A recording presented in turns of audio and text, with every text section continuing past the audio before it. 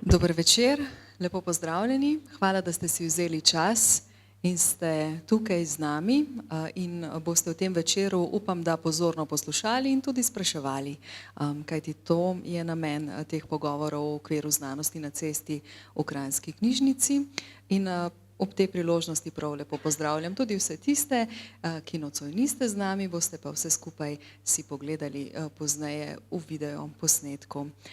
Seveda najprej in najbolj globok pozdrav in dober večer doktorici Zdenki Čebašek Travnik, nocojšnji gosti, pozdravljeni. Dober večer. Tako tudi s strani gledalk in gledalcev, obiskovalk in obiskovalcev. Zagotovo za marsikoga je ni potrebno posebej predstavljati. Zdravnica, specialistka psihiatrije, družinska terapevtka, sodna izvedenka, poznate jo kot varuhinjo človekovih pravic, bila je tudi predsednica Zdravniške zbornice Slovenije in je članica strokovnega sveta Združenja Spominčica Alzheimer Slovenija, kjer sodeluje v različnih projektih in torej ogromno ve iz izkušenj in iz strokovnega, seveda medicinskega znanja o demenciji in o vsem tem se bomo nocoj pogovarjali.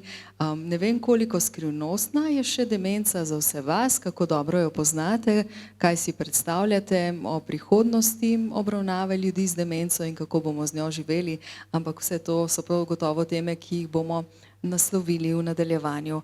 Še jaz se predstavim, jaz sem Mojca Delač, rada sodelujem z znanostjo na cesti, sicer pa zelo rada gledam tudi v možgane na dlani na prvem programu Radia Slovenija, kjer se precej ukvarjamo tudi z nevrodegenerativnimi boleznimi, kot je demenca. Doktorica Zdenka Čebašek Travnik, danes, ker je mednarodni dan poezije, sva rekli, da bova začeli in končali s pesmijo o demenci. Vi ste prinesli kar nekaj literature, ne, v katerih lahko človek prepozna to bolezen. Prinesla sem tiste stvari, ki so mi najljubše. Na srečo je zdaj tudi v slovenščini že veliko knjig. Moja najljubša o demenci je tale, Spomin na drevo. Zgodbice o dogajanju med dedkom, ki zboleva za demenco, in vnukom, ki sprva ničesar ne razume, potem pa vedno bolje. Potem je ena knjiga, ki je malo bolj strokovna, Neznanec v ogledalu. To je za tiste, ki že imate doma kakšne med znanci, med prijatelji, kakšne ljudi, ki se jih loteva demenca. Potem bi rada povedala, da je ena gospa Daniela Hliš se preselila v Avstralijo, Slovenka, in je tam tudi napisala knjigo o demenci, dela z osebami z demenco, in tukaj notri je tudi nekaj pesmi, nekaj slovenščine in nekaj v angleščini. Te knjige sem prinesla s seboj, seveda pa ne smem pozabiti na ta naš učbenik, ki smo ga izdali pri Spominčici. V bistvu pravim učbenik Živeti z demenco doma, vodnik o demenci za svojce.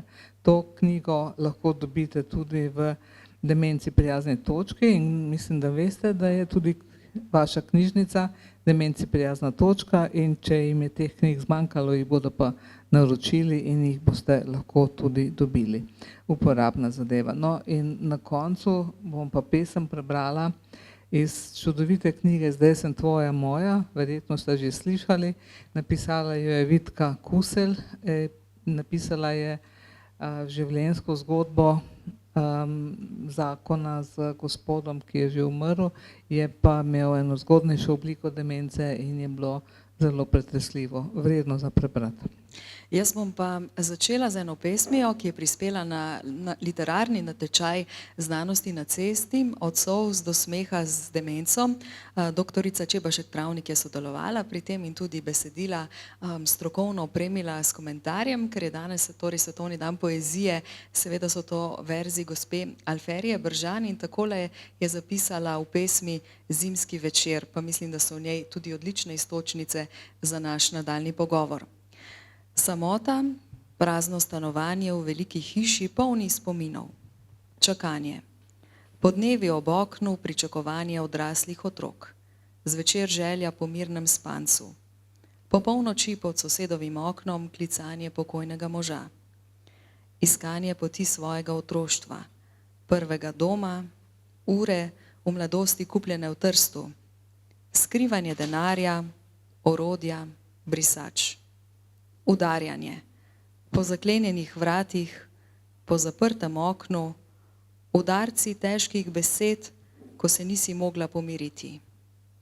In potem, oprosti mi, jaz se ničesar ne spomnim. Vem, mama, to je tvoja bolezen. Kako modro si mi ponavljala. Nisem je kupila in ne morem je prodati. Tako je bilo zapisano v pesmi Zimski večer. 2 stavka komentarja, doktorica Zdenka Čebašek Travnik. Kadar beremo tako pesem, je to neka bližnica do sveta, ki ga ljudje, ki imajo demenco in njihovi bližnji, živijo. To, kar je v tej pesmi povedano z nekaj verzij, o tem bi lahko napisali knjigo, kot jo je napisala Vitka Kusel, kaj vse se spremeni. In ravno pesmi so tiste, ki tudi nastajajo izpod peresa svojcev, ki so se srečevali z demenco in s težavami, in iz vseh teh vrstic lahko razberemo, kakšne vse težave so bile.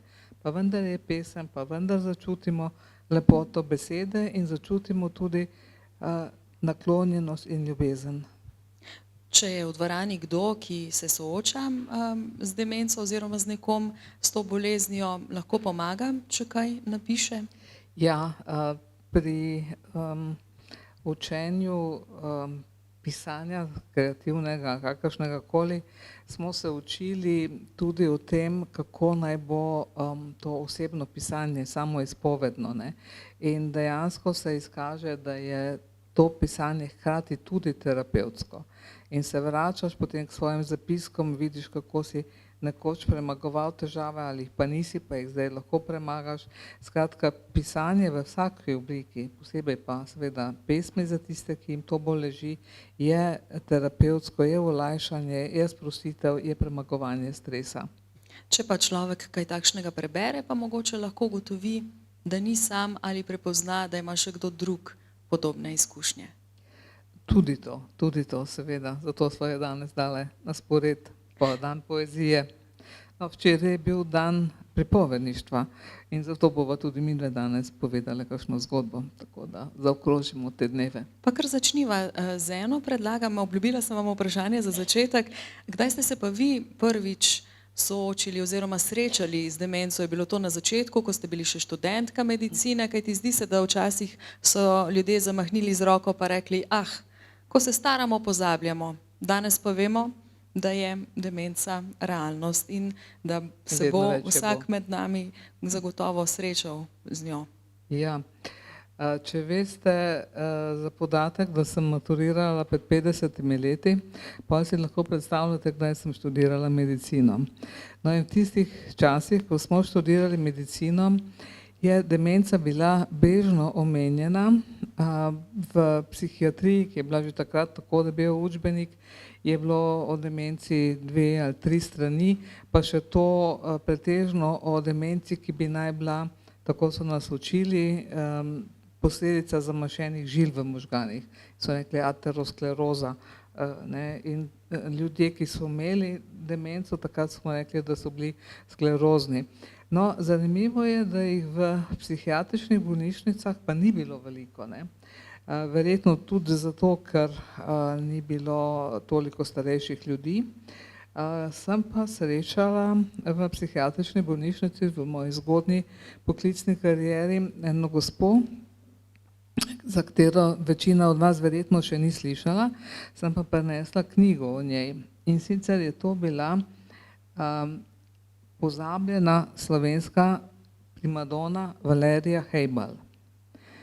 To je ena knjiga, napisana ljubiteljsko, v kateri je življenje Valerija Hejbal podrobno predstavljeno. Je pa gospa zadnja leta življenja imela to, kar bi danes imenovali demenco. Jaz sem jo tam srečala in osebje bolnišnice ni razumelo, zakaj gre. Tudi ko je ona govorila, da nastopa, da poje, nekako ni bilo razumevanja in je bila razumljena tako kot ostale, recimo bolniki s shizofrenijo ali pa z neko drugo duševno motnjo, ki so izražali neke posebnosti. Jaz sem se spomnila na njo, ona je bila rojena v Kamniku, tudi jaz prihajam od tam in v Kamniku je tudi pokopana skupaj s svojim možem, otrok nista imela. In se mi zdi, da je to tudi priložnost, da se spomnimo na njo, na njene odlične umetniške dosežke, ki so pa običajnemu smrtniku žal nedosegljivi. Ampak o demenci kot študenti pravzaprav nismo dosti izvedeli in tudi kasneje v času specializacije ne. Pravzaprav je zadeva žalostna ali pa nerodna, ker namreč veliko znanja iz demence izvira iz zadnjih 2 desetletij. In zdravniki, ki so se ali smo se izobraževali prej, smo na tem področju relativno slabo izobraženi oziroma bili slabo izobraženi in demenca je redko kdaj osrednja tema zdravniških izobraževanj. Bom kasneje kdaj povedala, kako. Skratka, to ni bolezen, ki bi jo, bom rekla, poznali pod tem imenom, kot jo zdaj poznamo, posebej ne Alzheimerjeve bolezni, in je nekako pastorek tudi v psihiatriji. Alzheimerjeva bolezen je najpogostejša oblika demence. Po podatkih Alzheimer International je leta 2020 za to boleznijo bolehalo 50 milijonov ljudi.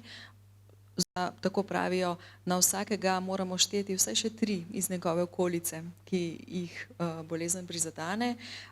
O starosti nad 65 leti ima demenco že vsak 5. človek, pravijo podatki, v starosti nad 80 vsak 3. V Sloveniji nekaj več kot 40 tisoč ljudi, ampak ne samo, da seveda to predstavlja izziv za javno zdravje, predstavlja izziv tudi širše družbeno gledano. Pa me zanima, doktorica Zdenka Čebašek-Travnik, če govorimo o teh skrivnostih, ki jih imate tudi iz prakse, ker zdaj veliko delate seveda z ljudmi z demenco, česa jih je recimo najbolj strah, ko izvejo za diagnozo in česa je najbolj strah njihove svojce? En velik problem ali pa težava je v tem, da diagnozo dobijo relativno pozno.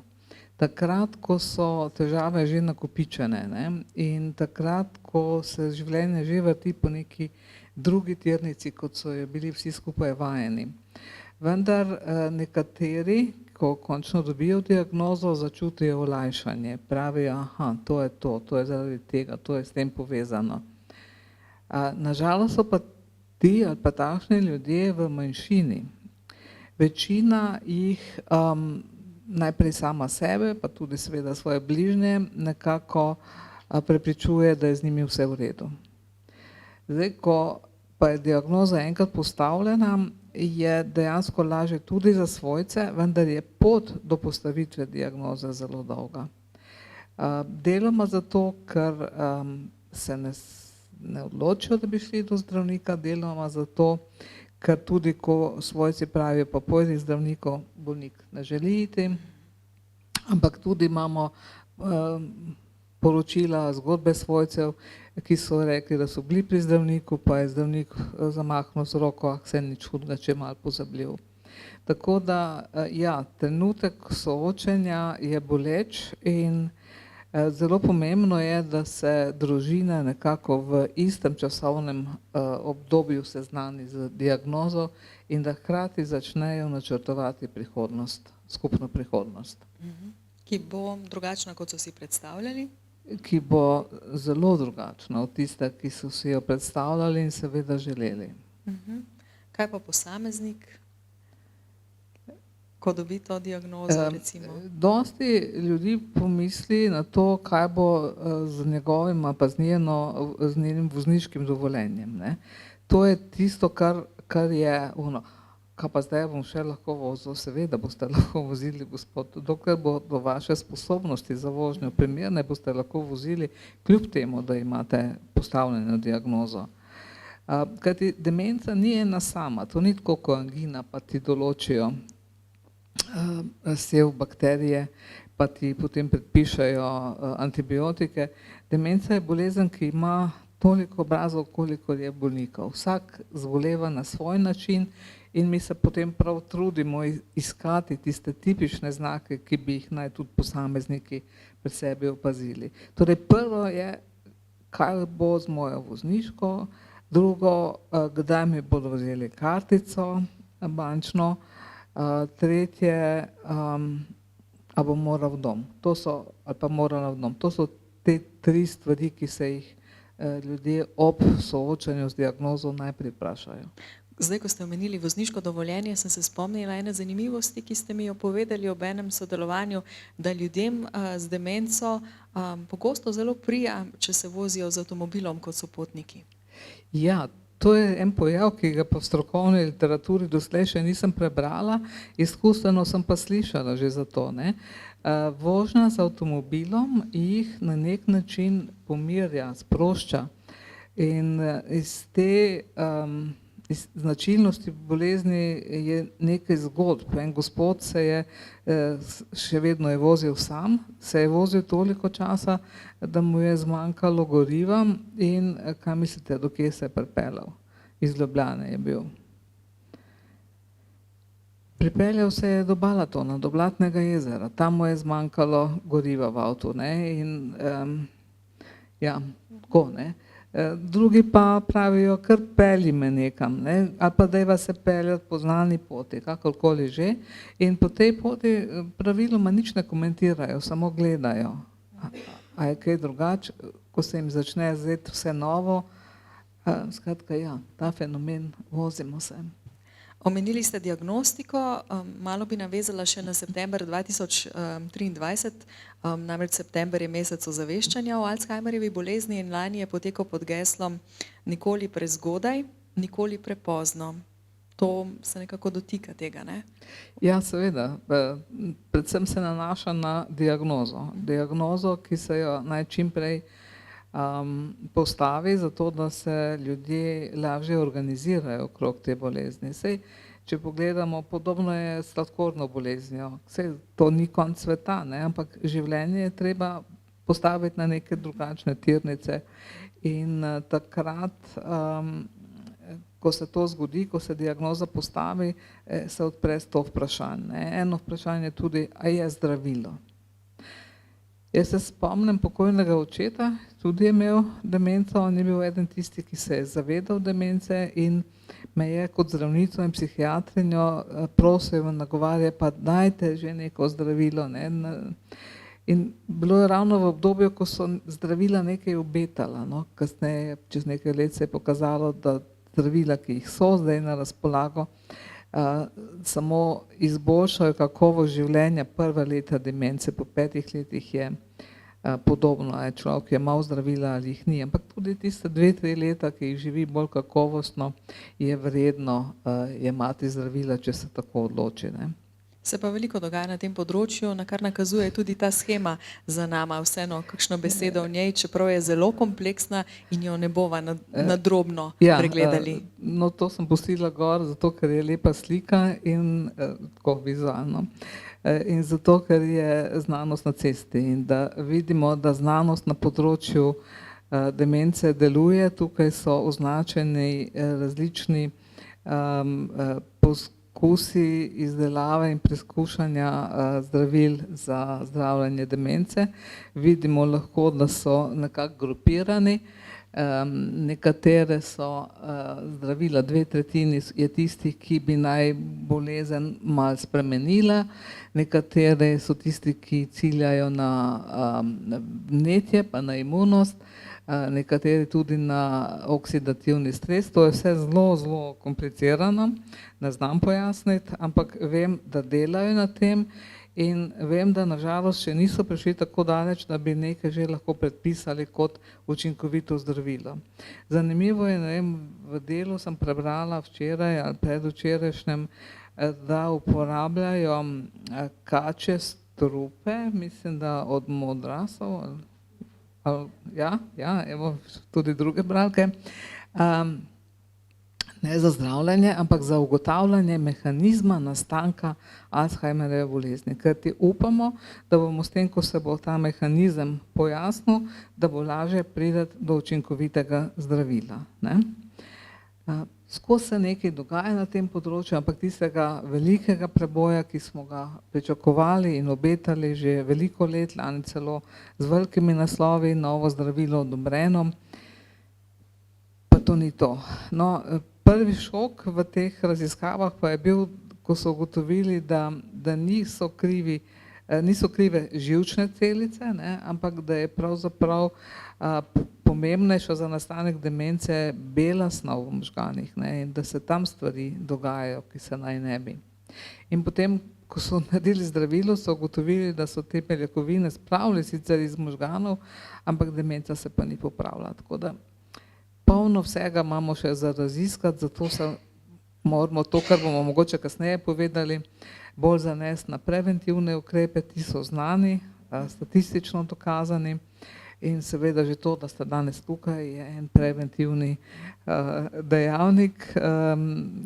Šli ste v doma, šli ste med ljudi, da niste sami, nekaj vas zanima, se pravi, ste kognitivno živahni, aktivni. Tako, je, polno vsega se dogaja. To, kar je pa v življenju, v resnici pomembno, se pa dogaja doma, za 4 stenami, v družinah. In o tem bi se še pol danes pogovarjali. Ne? Kaj bi izpostavili recimo tukaj? Kot družinska terapevtka sem se intenzivno posvečala skrivnostim v družini. To ni tako čudno, ker sem večino svoje poklicne poti preživela na oddelku za zdravljenje odvisnih od alkohola. In tam so skrivnosti vsakdanji pojav. In ko sem se začela bolj intenzivno ukvarjati z demenco, sem videla, da je ta zgodba precej podobna. Nihče se ne hvali, pred nas imamo pa alkoholika. In tudi se nihče ne hvali, pred nas imamo pa osebo z demenco. Ne. Vsaka družina poskuša nekaj takega skrivati. Ne. Zdaj skrivajo pa tako pacienti kot svojci. Ne vem, če vam je to razumljivo, se pravi, najprej bolnik sam, ki ima bolezen, zanika, tisti pa to pozabil ali pa nekaj takega, ma kaj mi to govoriš, ne? Ali pa pol, kam si to dala, zakaj tega ni več tukaj, ne? Skratka, dogajati se začnejo stvari, ki so povezane na pozabljanje, potem se začnejo dogajati stvari, ki so vezane na upad drugih sposobnosti, tudi intelektualnih. Srečamo se pa tudi s spremembami osebnosti in te so za družino najbolj boleče. Te spremembe osebnosti tudi skušajo skrivati. No, od čisto praktičnih stvari, ki jih demenca nažalost prenese s sabo, pa izpostavljamo inkontinenco. Veste, kaj je nehoteno uhajanje urine, lahko tudi blata. In to je ena od skrivnosti, ki jih poskušajo družine zadržati zase in zato tudi ne hodijo na obiske, dokler ta oseba ni pripravljena uporabljati plenic, ne. Nerodno je, če greste nekam na obisk, mama tam sedi na stolu, kot je tale, in oblazinjen stol ostane moker. Ne. O tem zelo težko govorimo. Ne. Tudi v stanovanju, kjer je oseba, ki ima, bom rekla, neobravnavano inkontinenco, je en poseben vonj. Tako da to so te skrivnosti, ki se jih ljudje bojijo izpostaviti, ne. Ali pa bojijo, da bi dali, ne vem, v avto, ko se nekam vozijo, pač neko podlogo, ki ne prepusti. To so vse stvari, s katerimi se morajo soočati, ampak kako naj to naredijo, da drugi ne bojo vedeli. Ne. Je to povezano še z občutkom sramu tudi na nek način? Gotovo. Z občutkom sramu in z občutkom strahu. Kaj lahko ta oseba, ki ima demenco, kaj lahko v bistvu nevarnega naredi. In lahko naredi kaj nevarnega. Ne. In kako pravzaprav, kaj pa narediti, ne, kadar pride do tega, oziroma kako preprečiti, presekati to, se odpreti svetu, ki lahko pomaga ali pa vsaj razume? Lažje reči, kot narediti. Naša svetovalna služba pri spominčici seveda priporoča pogovore, najbolje v skupini, zato imamo tudi organizirane skupine in te skupine so v okviru spominčice, druge po Sloveniji tudi v kakšnih drugih organizacijah, kjer se svojci pogovarjajo med seboj. In to je spet ena taka podobnost z odvisnostjo od alkohola. Veliko lažje je, če se dobite v skupini z ljudmi, ki vas razumejo. Razumejo vas pa tisti, ki imajo sami podoben problem. Ne? In tam se dobi največ koristnih informacij. Kaj ste pa naredili, kaj je hotel voziti, pa skrivanje ključev ni najboljša ideja, ker če se bo razjezil, zato ker ni ključev, ali vas pa obtoževal, kam si dala moje ključe, se to ne bo dobro končalo. To je en tak primer, ne? Inkontinenca je drug tak primer. Potem se dogajajo stvari, ko nas bližnje osebe nehajo prepoznavati, ne? Postanejo druge osebe. In to je za mnoge svojce najtežje, ko rečeš, mama, to sem jaz, kdo si ti? Lahko je samo začudena mama, lahko se pa razjezi nate ali te celo nažene od doma, češ, kdo si ti, kradljivec tat, ki si prišel v mojo hišo. Tako. Teh zgodb je precej in tudi te ne pridejo v javnost. Ne? Jaz, ko se družim z družinami oziroma z družinskimi člani oseb, teh zgodb zvem kar precej. Ne? Nekatere so lahko simpatične, se smejemo, recimo na vrtu vprašamo, mama, kaj raste to na vrtu? Pa gleda, a to? Pravim, ja. To je pa pomaranča. Je bil pa paradižnik. Ne? In to je taka tipična besedna zmota, ne, v kateri smo se pa vsi smejali, ja, fino pomaranča. Ne.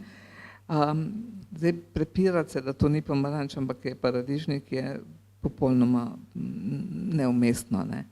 Se pravi, ene zgodbe so lahko tako besede, smešne, druge so pa lahko žalostne, ravno s tem obsojanjem, obtoževanjem, da je nekdo nekaj skril, odnesel, ukradel. In to lahko privede do sporov v družini. Ne. Zato je pomembno, da so družinski člani seznanjeni z boleznijo, kaj bolezen lahko prinaša. Pa še nekaj je, ne. Ko pravimo, da se lahko spreminja osebnost bolnika, lahko je nekdo, ki je bil vse življenje prijazen, ko ga zagrabi demenca, začnejo popuščati te socialne zavode, ki so mu pomagali, da je bil prijazen in postane tudi nasilen.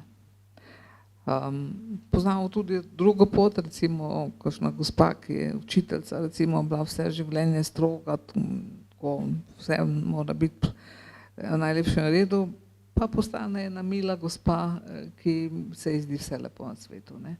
Tako, koliko ljudi, toliko je zgodb. Ker je vse skupaj tako kompleksno, kot ste rekli, to dogajanje. Ja. In zaradi tega ga je tako težko zares razumeti oziroma razumeti vse te mehanizme, kako se začnejo in prepoznavanje. Ker ne poznamo mehanizmov, ne, poznamo pa značilnosti bolezni. Ne. In to pri spominčici imamo te plakate, 10 znakov, ki jih naj bi vsak od svojcev poznal. Spominčica ima tudi spletno stran, tam boste našli veliko informacij, če vas zanima. No in zmeraj pravimo, znanje je tisto, ki vam bo pomagalo, ne bo rešilo vaših težav, ampak bo pomagalo pri reševanju. Prvi korak je že to, kar ste preomenili, ne? Da ljudje pridejo, poslušajo, izvejo in se podučijo, pa je mogoče potem kaj lažje. Nekaj številk imam tukaj, več kot 5000 oseb z demenco in njihovih svojcev je vključenih v programe spominčice, več kot 450 demencij prijaznih točk, ki ste jih prej že omenili, in 180 Alzheimer kafejev po celi Sloveniji, kjer je tudi možnost in prostor za pogovor s tistimi, ki imajo podobne izkušnje. Ne?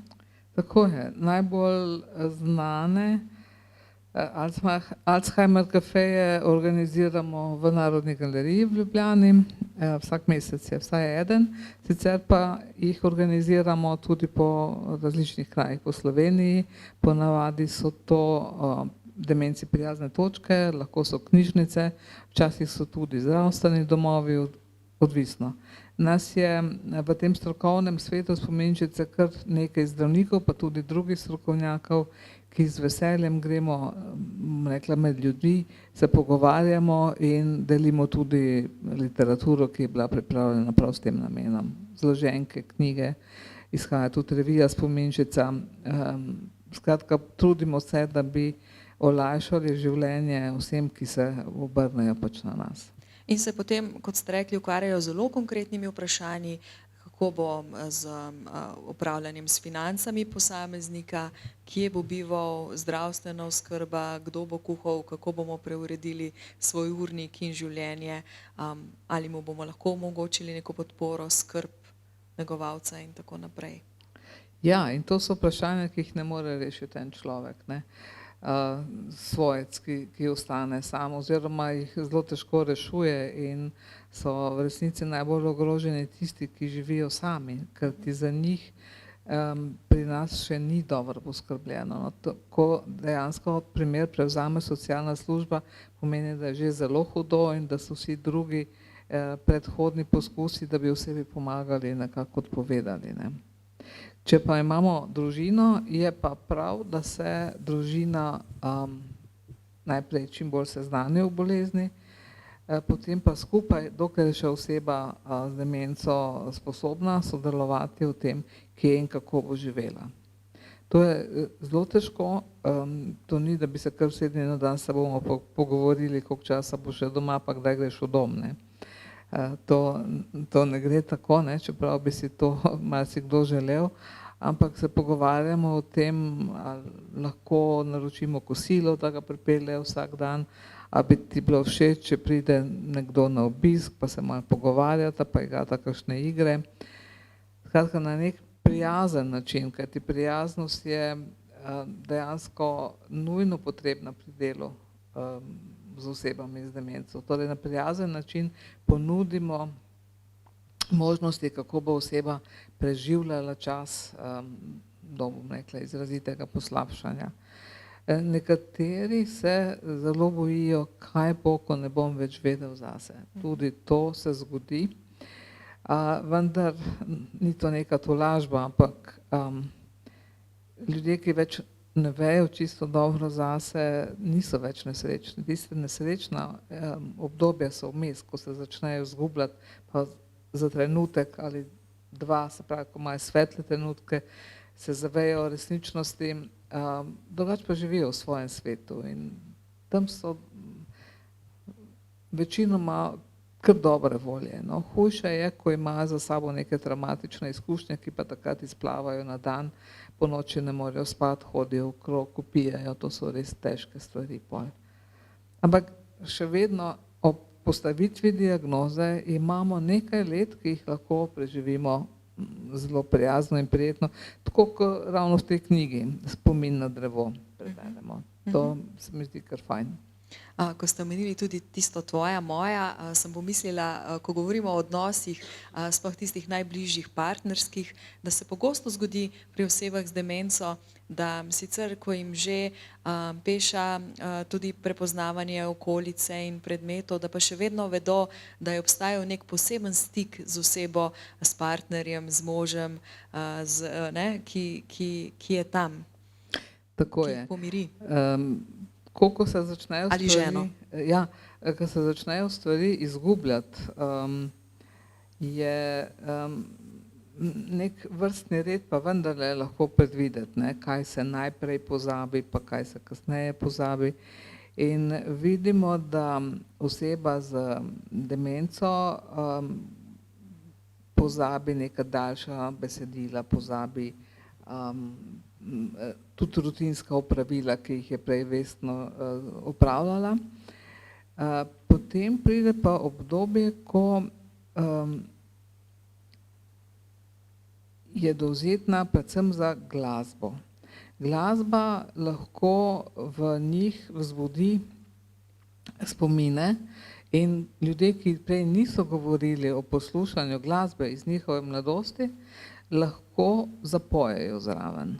In zato se to že s pridom uporablja v ustanovah, lahko to poskušate tudi doma, ne. Pesmi, ki so bile tej osebi všeč, ko je bila mlajša, lahko zbudijo iz tega, rečemo, dremeža, ki ga je naredila demenca. No in na koncu, ko tudi to ne gre več, pa obstaja še vedno ta čustveni odnos, ki se ga da prepoznati. Da se prepoznati, da nas ta oseba sprejema naše dotike, božanje, besede, ne, to se da prepoznati, včasih kaj pove ali pa tudi ne, ampak to se zgodi. Pravi, najhujše je takrat, ko se dejansko ta osebnost začne tako spreminjati in ugašati in ko se človek tega dejansko tudi zaveda. Pred nami pa je, kot ste rekli, oseba, ki smo jo nekoč poznali, zdaj pa drugačna, ne? Če govorimo. Ja, drugačna je in to bega ne samo njo, ki se zaveda ali pa ne, nekateri se, nekateri ne, ampak predvsem bega svojce. Bega svojce, ker je dejansko je drugačna, ni več tista, kar je bila. Glede na to, da imate možnost vpogleda tudi v prakse drugje, doktorica Zdenka Čebašek Travnik, kako je drugot recimo po Evropi, če gremo nam bliže, kje bi se lahko recimo zgledovali po ureditvi ali pa nekako družbeni zavesti, akciji, da kot družba pripomoremo in se soočimo z dejstvom, da se prebivalstvo stara in da je demenca realnost? Ja, na žalost je tam, kjer je dobro, veliko več denarja. In vsa bom rekla, prizadevanja, da bi imeli boljše programe, da bi bolj poskrbeli za ljudi, so seveda samo črka na papirju, dokler jih ne moremo realizirati. Realiziramo jih pa lahko z več zaposlenimi, z več osebja, z več denarja, z več dejavnosti. Seveda demenca ni samo slovenski problem, to je svetovni problem. Bolj se populacija stara, več je oseb, ki dosežejo starost, v kateri je demenca pogostejša, to ste na začetku omenili. In mi se poskušamo povezovati z državami, kjer že izvajajo kakšne programe. Spominčica je vključena v več mednarodnih projektov. Eden od njih je bil Sinkala, rezultat tega projekta je priročnik, ki je tudi na spletu dosegljiv. Sincala se napiše in ga tudi dobite, priročnik v slovenščini, o družinah, pa tudi o nasilju, ki se dogaja v družinah. Trenutno je Spominčica sodeluje v enem zelo zanimivem projektu, ki se imenuje IOMI in ki se prizadeva narediti enotne protokole za reševanje in iskanje oseb z demenco. Sodelujemo iz različnih držav, vključena je civilna zaščita, organizacija z reševalnimi psi, organizacija kot je Spominčica, sem rekla civilna zaščita, ki se organizira na poseben način v primeru, ne vem, poplav, potresa in podobno, ne. Skratka, povsod po Evropi se prebujajo načini, kako čim bolj poskrbeti za osebe z demenco, tako da bo ta pomoč prišla dejansko do njih. Zdaj, zgled so seveda države, kot sem rekla, kjer je več denarja, ne samo za zdravstvo, kajti vidimo, da demenca ni samo stvar zdravstva, ampak je tudi stvar sociale, tudi gospodarstva, če hočete. In tam, kjer je dovolj denarja, imajo vse to, kar mi vemo, da bi morali imeti, no. Zanimivo pa je, da je tudi v Sloveniji nekaj občin, ki imajo precej več denarja, kot je povprečje, no, in v tistih občinah, tudi v Sloveniji, recimo v Krškem, so zelo dobro organizirali pomoč na domu, ne.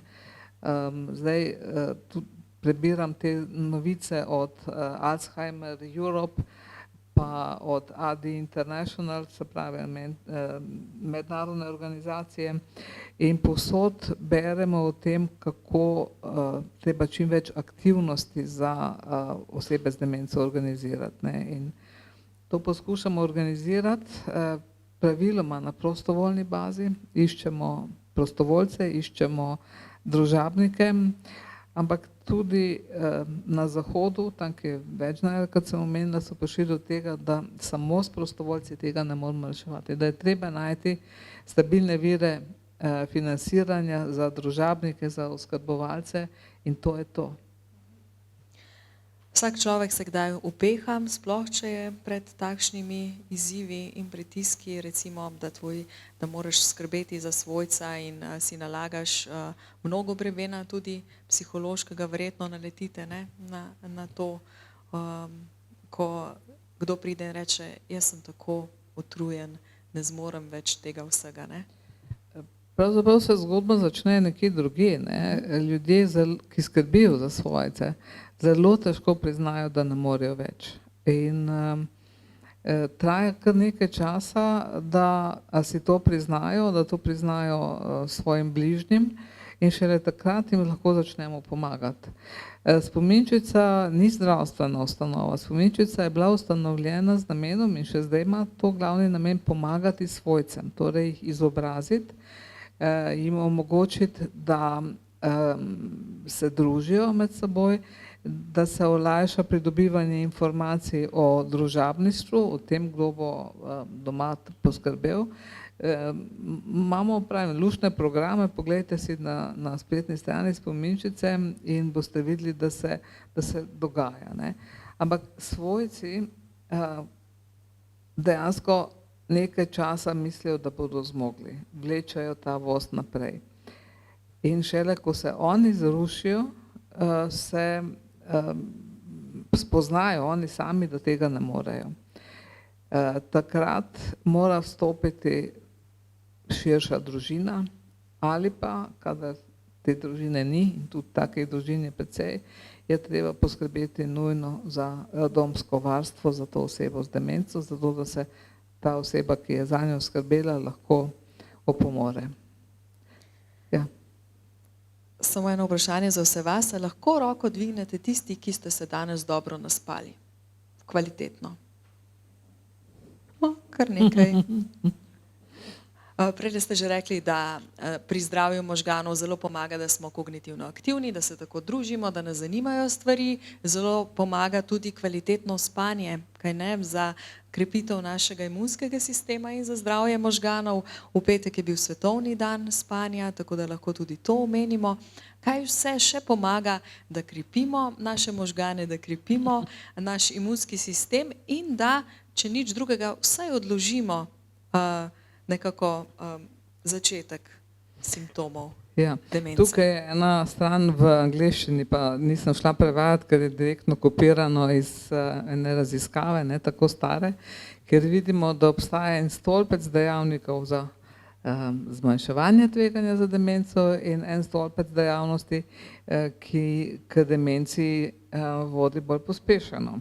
Jaz sem prepričana, da večina vas te dejavnike pozna, in da veste, da je sladkorna bolezen tista, ki, če ni urejena, lahko hitreje privede do demence, da je okvara sluha tista, ki lahko poslabša demenco oziroma povzroči hitrejše napredovanje, da je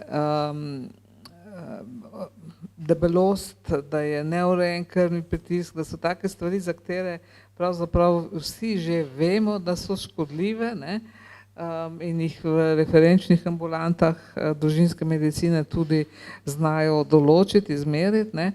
To vse velja tudi za demenco, ne. Na drugi strani imamo dejavnike, ki nam omogočajo, da so obdobja demence pomaknjena v čim globljo starost, ne.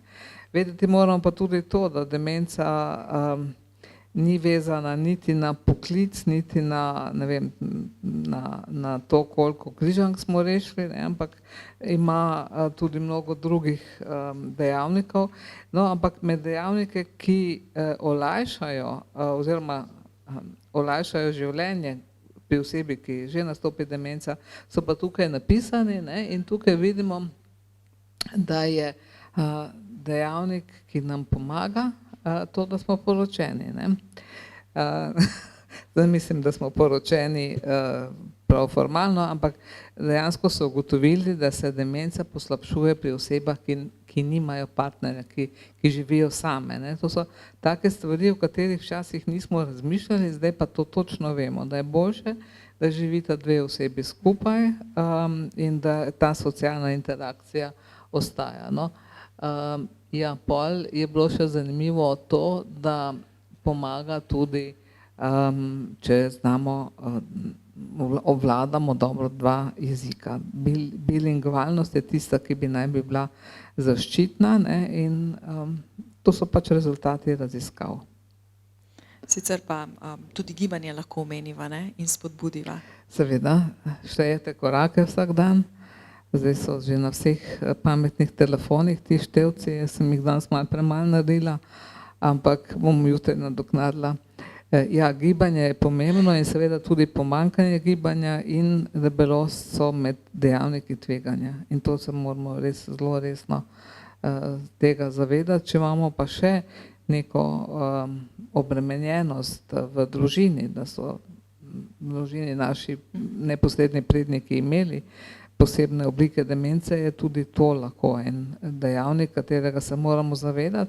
Ampak to ne pomeni, da bomo jutri dobili demenco, pa da bomo, ne vem, čez 2 leti šli v dom, ampak pomeni, da moramo prilagoditi tako stanovanje, kot poslovanje, kot stike, kot vožnjo, kot, mislim, ogromno stvari je treba res po spisku urediti, da lahko kljub diagnozi demence še naprej nekaj let čisto funkcionalno živimo.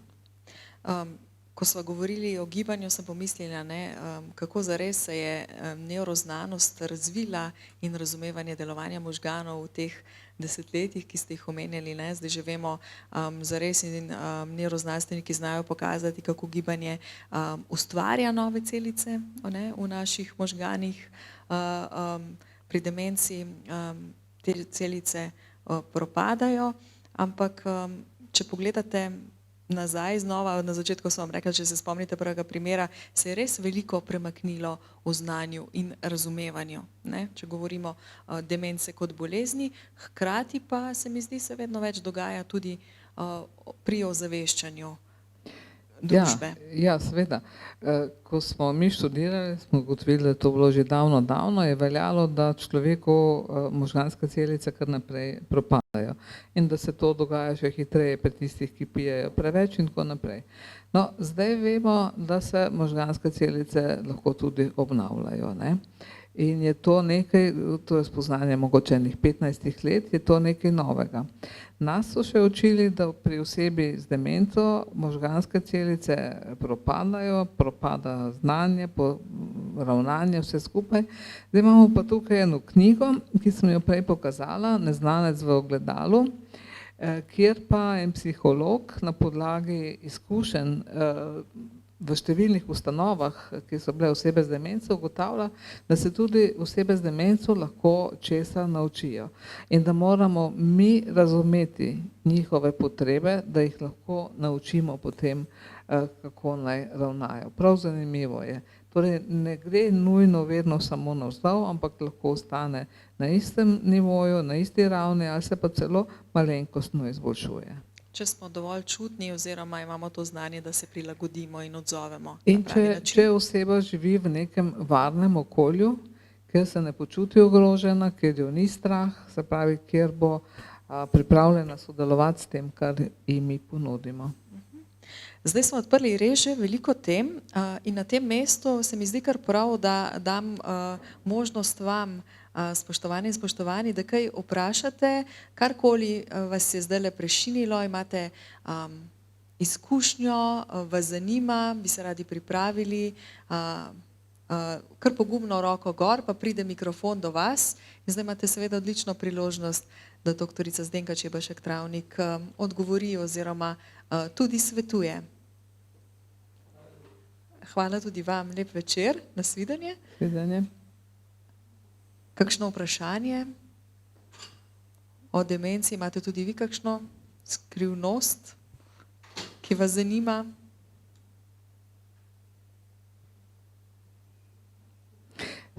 Dostikrat se je težko izpostaviti, ne. če imaš vprašanje, to je tudi del te stigmatizacije, zakaj pa ona to sprašuje, zakaj pa jo to zanima. Ne? Včasih se ljudje točno s tem vprašanjem ukvarjajo in ne vprašajo, včasih na Alzheimer kafeju tudi povejo, a bi lahko jaz govorila z vami še potem. Ne? Skratka, to je značilnost tem, ki so v skrivnosti, da so taka splošna vprašanja, so midve obdelale, ne? Dodatna vprašanja pa so seveda tista, ki so že bolj osebna, ne? In je to tudi malo težko vprašati. Tista, ki se pišejo med 4 stenami doma. To so tiste in za taka vprašanja je vsak dan svetovalni telefon pri spominčici, lahko tudi po mailu postavite vprašanje, lahko izkoristite tudi kakšne druge možnosti, skupine, ki jih morda imate v Kranju, nisem točno seznanjena, ampak poiskati možnosti, da se o problemih, ki vas težijo, dejansko pogovarjate. Ne držati v sebi, ne stiskati, ne se pretirano izmučati s tem, da si dokazujete, da ste junaki. Nedolgo tega sem govorila z eno gospo, ki je prišla na moje predavanje in je rekla, joj, gospod doktor, jaz se pa tako slabo počutim. Pa sem rekla, zakaj pa? Čisto sem izmučena. Ni še prišla k sebi, mi je pojasnila, moža so morali sprejeti v dom in ona si je očitala, da ga ni mogla do konca življenja, da se razumemo, imeti doma, ker je sama zbolela. No in potem sva se pogovarjali naprej, a ga obiskujete, je rekla, ja, da ga obiskuje vsak dan oziroma vsak drugi dan, kolikor more, ga obrije, ga nahrani. To ji nekako pomaga, ne? Celodnevne skrbi za njega pa ni bila več sposobna prevzeti. Ne? To so take stvari, ki se v teh zgodbah, v skupinah slišijo in ki vam lahko pomagajo. Pa smo spet tam, ne? Da se je treba pogovarjati oziroma vedeti, kam se obrniti po pomoč v neko varno okolje, skupino, ne? Ta občutek varnosti. Vseeno še pokukam, če je kakšna roka.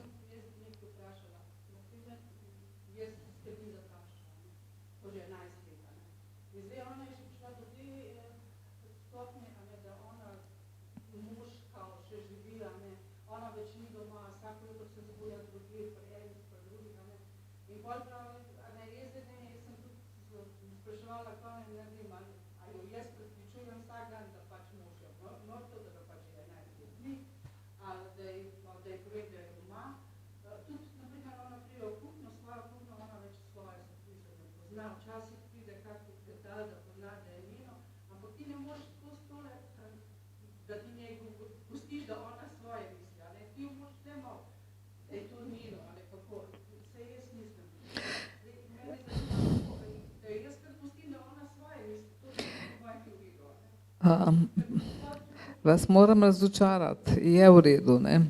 Je v redu in ravno v tej knjigi Neznanec v ogledalu je dosti takih primerov, ne?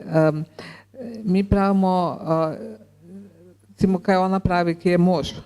Ona še živi, da je nekam šel, a ne? Ja. Vprašaš, kaj pa misliš, kdaj pride, ne? Kdaj ga Ne, vi vprašate. Vi njo vprašate, kdaj pa misliš, da pride, kje pa misliš, da se zadržuje, ne?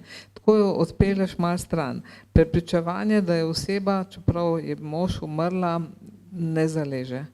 V razmišljanje prihajajo osebe iz otroštva, se pravi njeni starši, njen dom, njeni vrstniki in prišel bo čas, ko bo tudi mož izginil iz njenega spomina, ko bo recimo sina lažno prepoznala za moža in najboljše reči, a res, a se ti zdi, da sem jaz tvoj mož, če je recimo sin, ne? Vem, da je ta obrat kar težek, ne? Zato pravim, da je treba take knjige brati in tole Neznanec v ogledalu vam zelo priporočam, lahko se bere ne kot knjiga, kot roman od prve do zadnje strani, ampak po zgodbicah in boste videli, katere stvari pravzaprav delujejo. Je pa res v nas vseh, tudi v meni je bilo, ne, prepričanje, da jih moramo popravljati, tako kot otroka. Ker oni se obnašajo kot otroci, ne, in otroke smo vzgajali na način, da smo povedali, ne, to pa ni res, to pa ni tako. Ne. Res je, da gre to obnašanje v smeru zmeraj manj,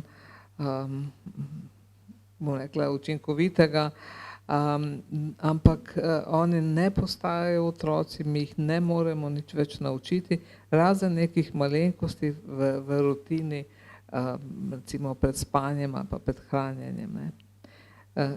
Zelo težko je to v glavi sprejeti in to se treba seveda doma pogovoriti, lahko izkoristite priložnost in rečete, a veste, kaj je rekla, rekla je to pa to, ne, na predavanju.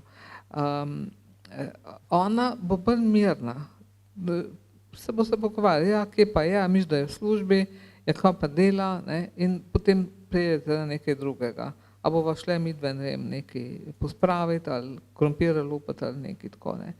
To so stvari, ki bi jih dejansko morali svojci, tako kot ste vi, čim prej slišati, osvojiti pa vaditi, ne. Ne gre to takoj. Še večkrat se boste zalotili pri tem, da boste rekli, pa saj je že zdavnaj umrl, ampak počasi vam pa pride na to, da se nima smisla, da nič ne dosežemo s tem, če dokazujemo nasprotno.